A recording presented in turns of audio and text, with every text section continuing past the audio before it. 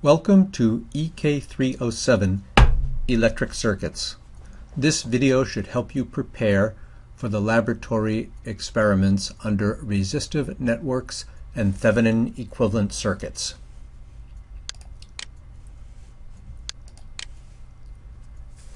The laboratory goals of this set of experiments are to reverse engineer a mystery circuit.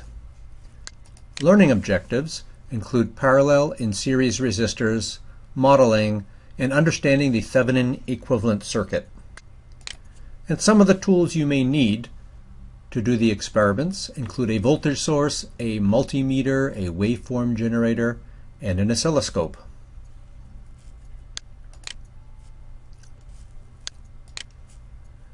Tutorials related to this lab assignment available at the bottom of the EK307 website include resistive circuits in Ohm's law and Thevenin equivalent circuits. Welcome to EK307 Electric Circuits. This video will help you prepare for the laboratory assignment Resistive Networks and Thevenin equivalent circuits.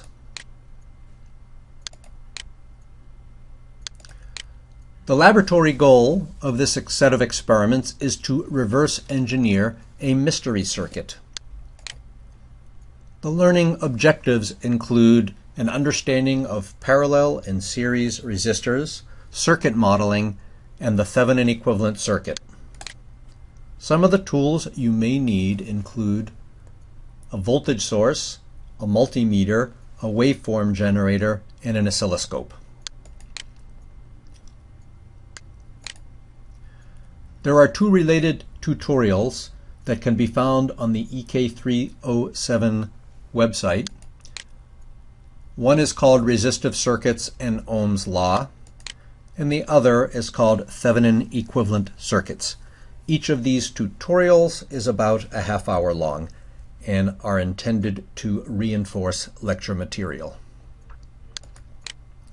Before we go into the labs themselves, let's review some of the properties about resistors. Specifically, how do resistors combine in series? Well, they simply add.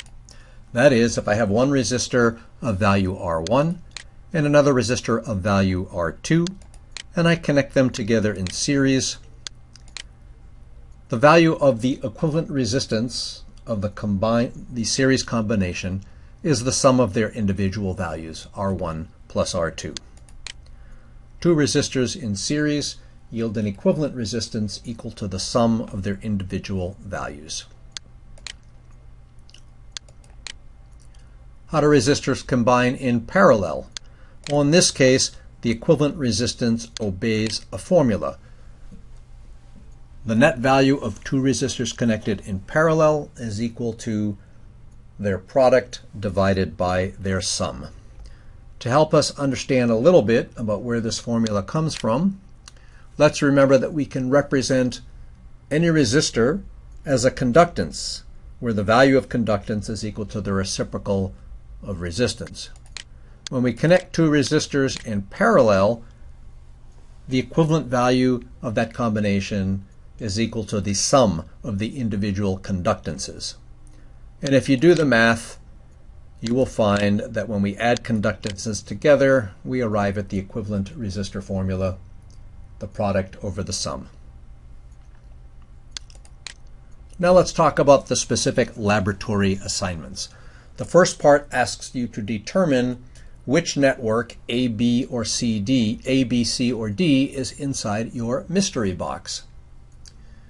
You will be given one of the following networks without knowing what is inside. Now, to help you understand how you can go about determining which network you've been assigned, let's just suppose that you've been assigned network A and you're going to be able to make some measurements on this network. The key to this problem is that all resistors inside the mystery boxes are 10 kiloohms. Therefore, the net resistance measured between terminals 1 and 2 for each of the networks will be determined by series and parallel combinations of 10 kilo ohm resistors. Now for network A, we can predict what you will measure if you're assigned this network by analyzing the circuit ahead of time. To do that, let's imagine that you're going to make measurements with the multimeter on your lab bench. And as a reminder, to set it up as an ohm meter, you have to press the ohms 2W switch, and then make your connections between the high terminal and the low terminal on the instrument panel. Now let's suppose that for this network you measure 6 2/3 kiloohms. So what does that mean? How can you determine which of the four networks you have? Well, you have to analyze each of the networks and predict what the measured value would be for each of them, and then match your measured value to the predicted value for each of the networks, and determine whether the value you measure matches any of the networks. It had better match at least one of the networks or something is wrong. So let's suppose that you were assigned network A. If we look at this network, we realize that it has two resistors in series on the right, on the left, and a single resistor on the right. And therefore, we can represent the actual network by two resistors in parallel.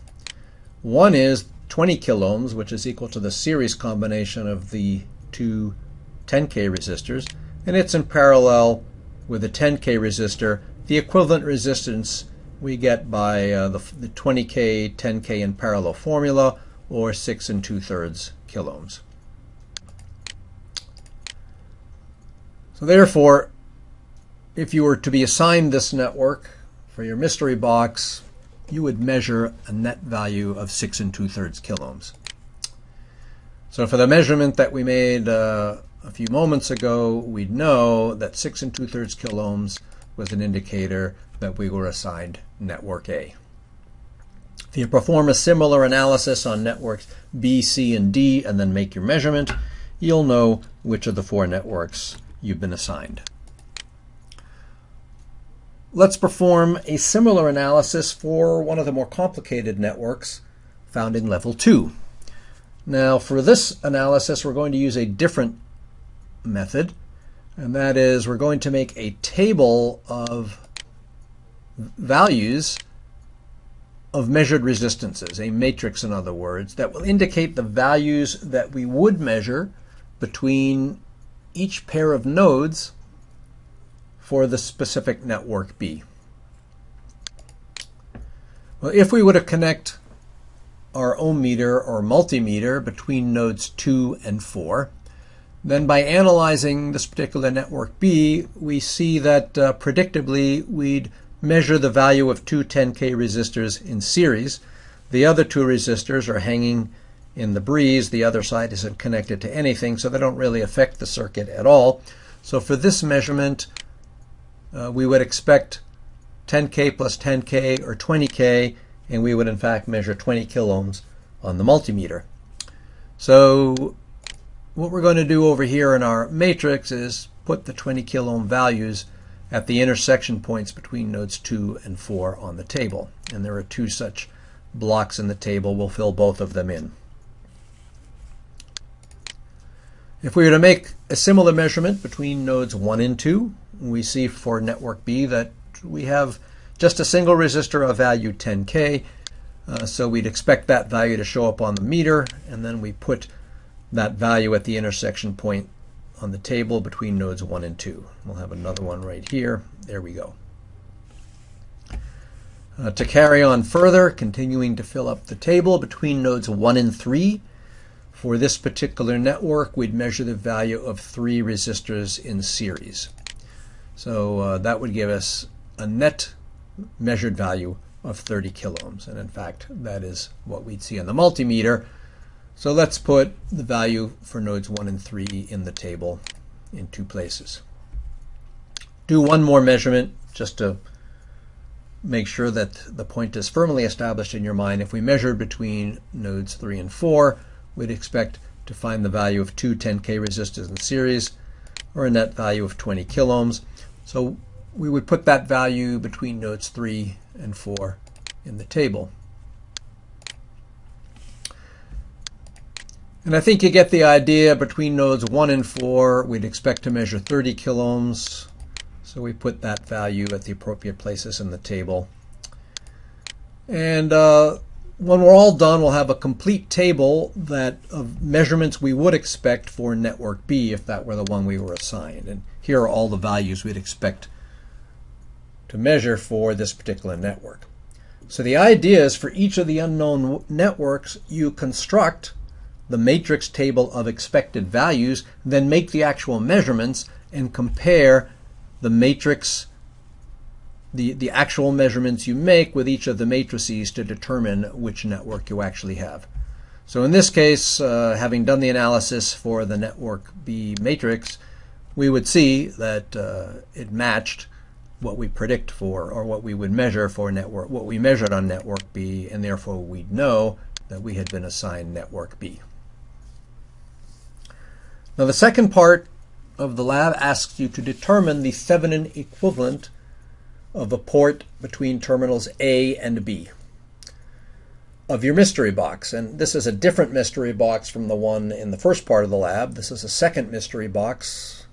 And the way that this box is intended to be used is that it's got some sort of hidden matrix of resistors inside, and you connect the red and black input terminals to a fixed voltage source of 6 volts.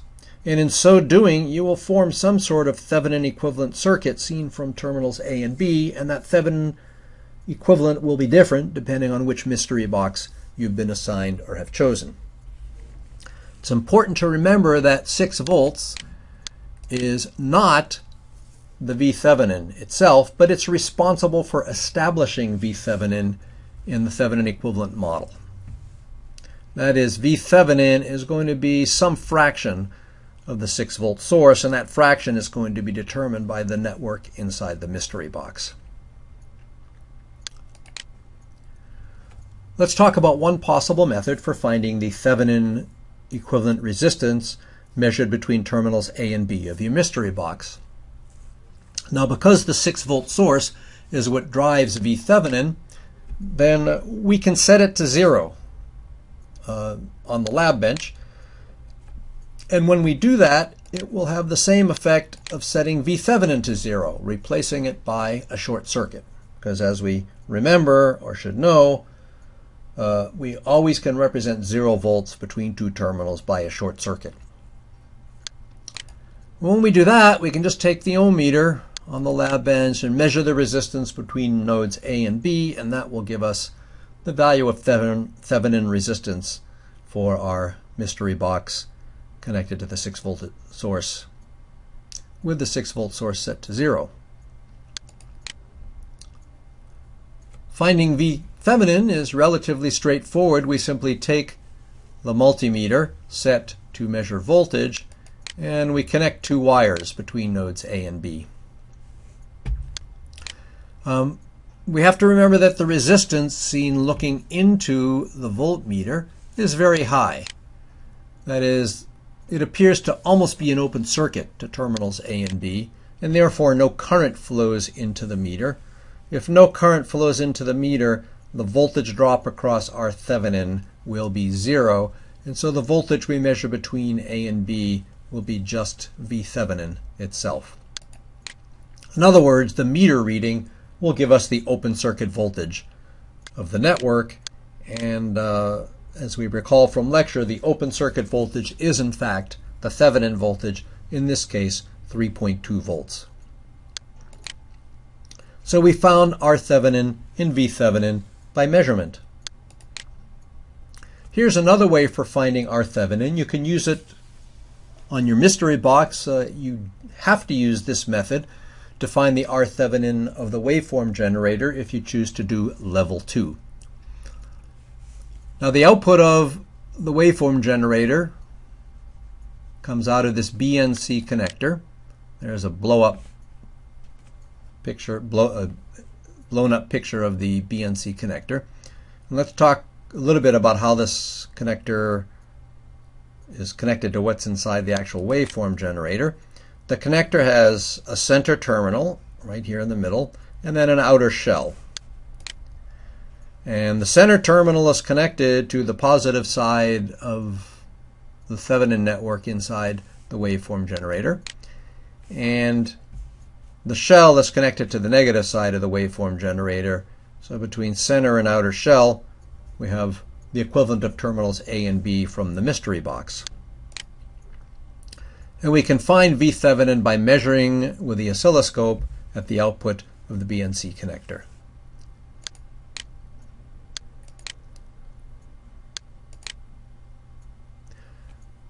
Now, how do we do this? It's very easy. Let's suppose that Vx represents the voltage we're measuring on the oscilloscope. And let's suppose we apply an external resistor to the output terminals of the generator. You see, when we've done that, we formed a voltage divider. Vx will be a divided version of V Thevenin. It's determined by the value of the two resistors. Now, if we happen to choose R Thevenin as the value for our external resistor, then we will measure exactly half of the Thevenin voltage across the external resistor, and we know that fact by voltage division. We have two resistors of equal value, and therefore Vx will be half of V Thevenin, and the voltage across the R Thevenin will be the other half of V Thevenin. Of course, we can't measure that because the R Thevenin and the V Thevenin simply model what's inside the waveform generator. So to measure the Thevenin resistance of the waveform generator, we can just apply different resistors to the BNC connector until we find one by which the open circuit voltage is reduced by half. And when we've done that, we will know that the value of the external resistor is in fact the Thevenin voltage. So that's about it for this intro to the resistor network and Thevenin equivalent circuits lab. Two more instructions. One is to do the experiments and learn lots, and the other is to be sure to have fun while you're doing them.